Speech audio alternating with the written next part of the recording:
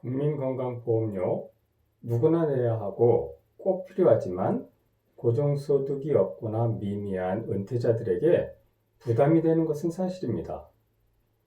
이번 시간에는 국민건강보험료가 어떻게 계산되고 산정 기준이 무엇인지, 내 보험료 조회하는 방법과 보험료를 줄일 수 있는 각종 팁들에 대해서 말씀드리겠습니다. 끝까지 시청하시고 남들 다 하는 보험료 절감, 내 경우에는 어떻게 적용할 수 있는지 살펴보시기 바랍니다.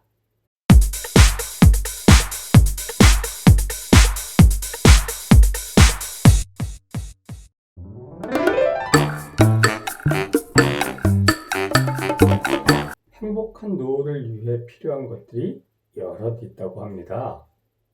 그 중에서도 가장 중요한 것은 경제적인 독립과 의료비 대책이라고 할 수 있습니다. 우리나라는 의료보험 제도가 여러 선진국과 비교해서도 별로 뒤처지지 않을 만큼 잘 구비되어 있습니다.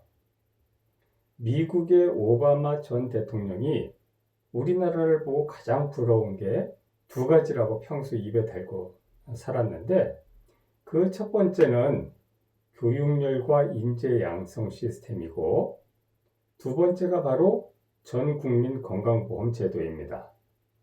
대통령이 되고 나서 가장 중점적으로 추진하려고 했던 것이 오바마 케어라고 우리나라의 전 국민 건강보험 제도와 같은 것을 미국에 제도화시키는 것이었는데, 아직까지도 잘 되고 있지는 않지요. 우리나라 국민건강보험제도는 여러분이 자부심을 가져도 될 만큼 훌륭한 제도입니다. 그런데 문제는 국민건강보험료가 퇴직 후 고정소득이 없는 은퇴자들에게는 큰 부담이 될 수 있다는 것입니다.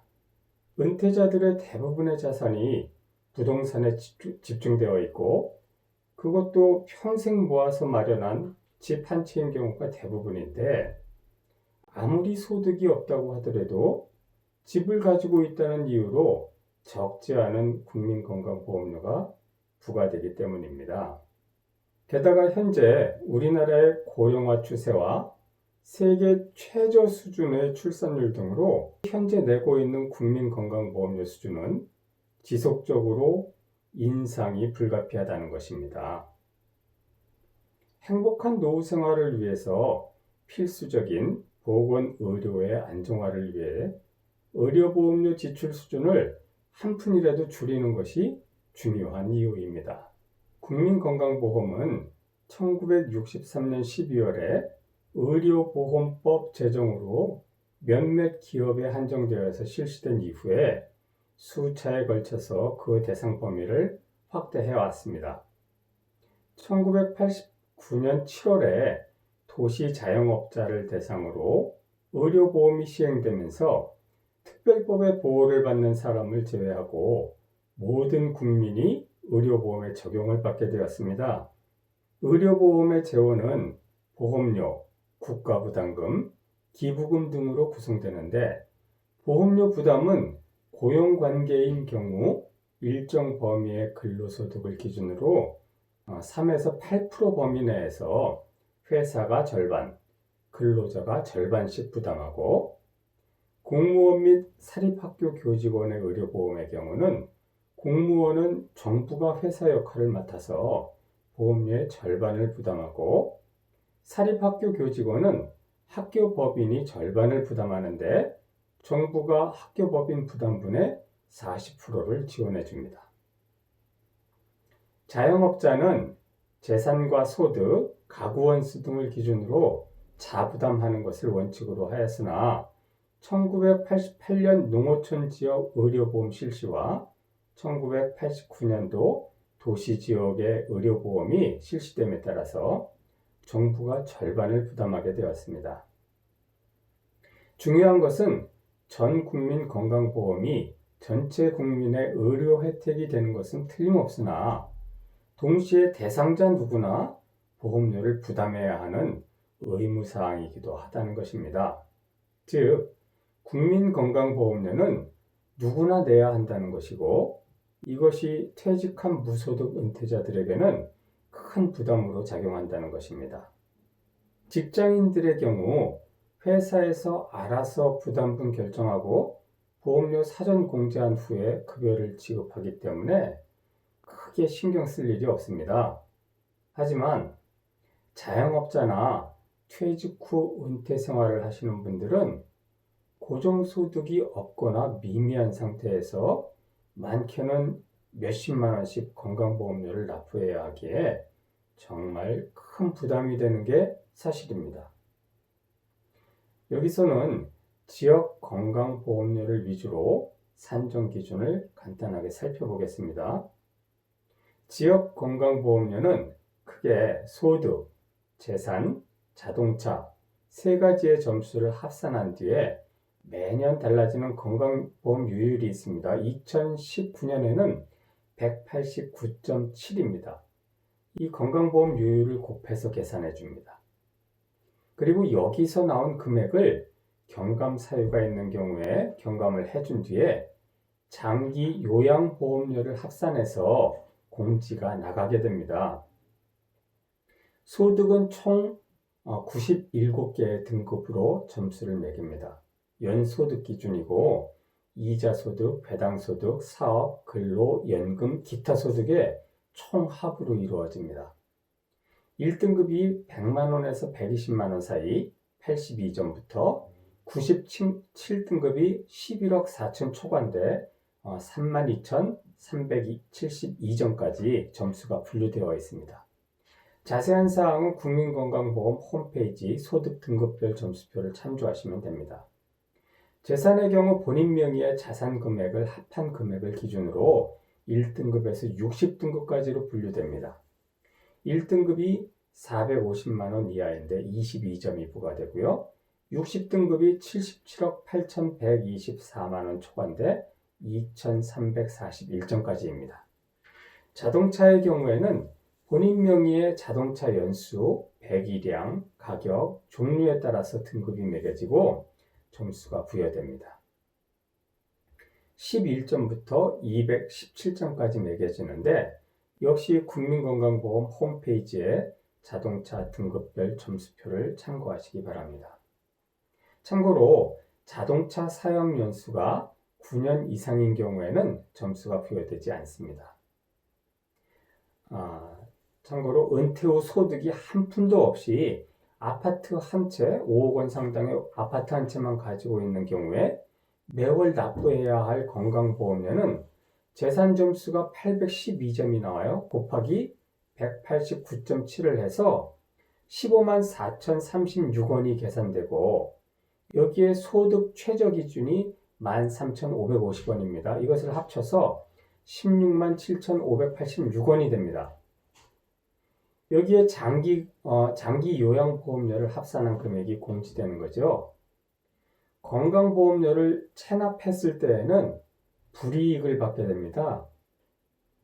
한두 달 정도 짧은 기간 미납하게 되면 소액의 체납금을 납부하면 되지만 체납 기간이 6개월 이상 장기가 되면 건강보험 혜택을 받을 수 없게 될 수도 있습니다.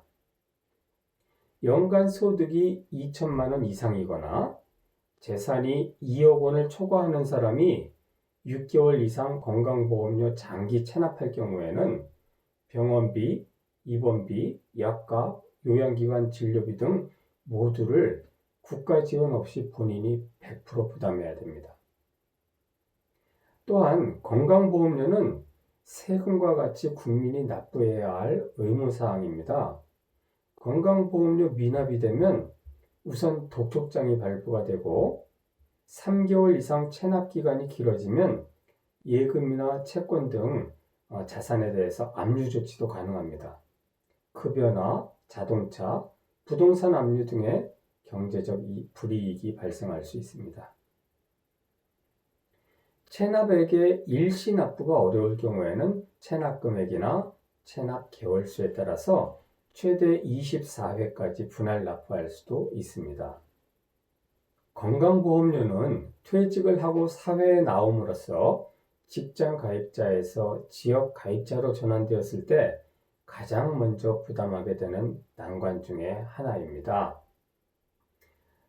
왜냐하면 수입이 없는 가운데 매월 몇십만 원씩의 지출은 상당히 큰 부담으로 다가오기 때문이지요. 이렇게 부담이 되는 건강보험료 줄일 수 있는 몇 가지 팁이 있는데요. 건강보험료를 해결하기 위한 가장 좋은 방법은 현재 1년 이상 직장을 다니고 있는 가족의 피부양자로 들어가는 겁니다. 피부양자가 된다는 것은 건강보험료를 내고 있는 사람의 부양을 받는다는 의미라고 할 수 있으며, 그렇게 될 경우 별도의 건강보험료를 납부하지 않아도 됩니다. 그렇다면 피부양자로 인정받을 수 있는 가족의 범위가 매우 중요하다 하겠는데요. 국민건강보험공단에서 설명하고 있는 피부양자 가족의 요건은 직장 가입자의 배우자, 직계존속, 직계비속, 그리고 그 배우자, 형제 자매는 30세 미만이거나 65세 이상입니다. 여기서 직계존속이란 나를 기준으로 혈연으로 연관되어 있는 윗세대 분들로 부모님, 할아버지, 할머니, 증조, 고조, 할아버지, 할머니 등입니다. 직계비속이란 나를 기준으로 혈연으로 연관되어 있는 아랫세대 사람들로 자녀, 손자, 손녀 등입니다. 직계비속의 배우자는 며느리, 사위, 손자 며느리, 손녀 사위 등이 해당됩니다. 피부양자의 자격 요건으로 가족 외에도 소득과 재산도 포함됩니다. 소득 요건의 경우 사업자 등록이 있고 사업소득이 없어야 합니다. 사업소득이 있으면 피부양 자격이 안 됩니다. 사업자 등록이 없고 사업소득의 연간 합계액이 500만 원 이하인 경우에 해당될 수 있습니다. 이자, 배당, 사업, 근로, 연금, 기타 소득의 연간 합계액이 3,400만 원 이하인 경우에 해당됩니다. 기혼자의 경우에는 부부 모두 소득 요건을 충족하여야 합니다. 재산 요건의 경우는 재산 과표가 5억 4천만 원 이하 또는 5억 4천만 원이 초과돼서 9억 원 이하일 경우는 연간 소득이 1,000만 원 이하인 경우에만 해당됩니다. 형제자매는 재산 과표가 1억 8천만 원 이하여야 합니다. 두 번째는 사업자 등록증 일시 반납 방법입니다. 사업자 등록증이 있으면서 사업소득이 있는 경우에는 자녀의 직장보험에 피부양자로 등재하고 싶을 때 한 달만 사업자 등록이 없는 상태로 장사를 하다가 다시 사업자 등록증을 내면 2년 후에나 국세청에서 건강보험료를 통보하게 되어 있습니다. 이는 종합소득세 신고가 전년도 총 수입에 대해서 이루어지고 이마저도 국세청에서 건강보험관리공단으로 넘어오는데 1년이라는 시간이 걸리기 때문인데요. 그래서 불가피한 경우 사업자 등록증 말소와 신규 등록 절차를 거쳐서 자녀의 직장 피부양자 자격을 유지할 수 있습니다. 다만 사업자 등록증 말소와 등록 등에 따른 번거로운 행정 절차 등을 감수해야 하겠지. 세 번째는 농어촌 지역 거주자 경감과 농어민 경감 방법입니다. 농어촌 지역 거주자의 경우 읍, 면 거주 시에 건강보험료의 22%를 경감받을 수가 있고, 농어촌 지역 거주자이면서 동시에 농업에 종사하고 있으면 농어촌 지역 거주자 경감에 추가로 28%의 경감을 받아서 최대 50%의 건강보험료 경감 혜택을 받으실 수 있습니다. 이는 의료 접근성이 상대적으로 취약한 농어촌 지역에 정부가 지원 혜택을 주기 위한 제도입니다. 신청 방법은 신규 지원 대상자는 농어촌 지역 거주자 경감의 경우 해당 지역 건강보험공단을 방문해서 신고하시면 되고, 농어업 종사 추가 혜택을 받으시려면 국민건강보험공단 지사에 비치한 건강보험료 확인서, 농어업인 보험료 지원이라고 하는데요. 이것을 2장이나 읍면 동장에 확인을 거쳐서 관할 공단지사에 제출하시면 됩니다.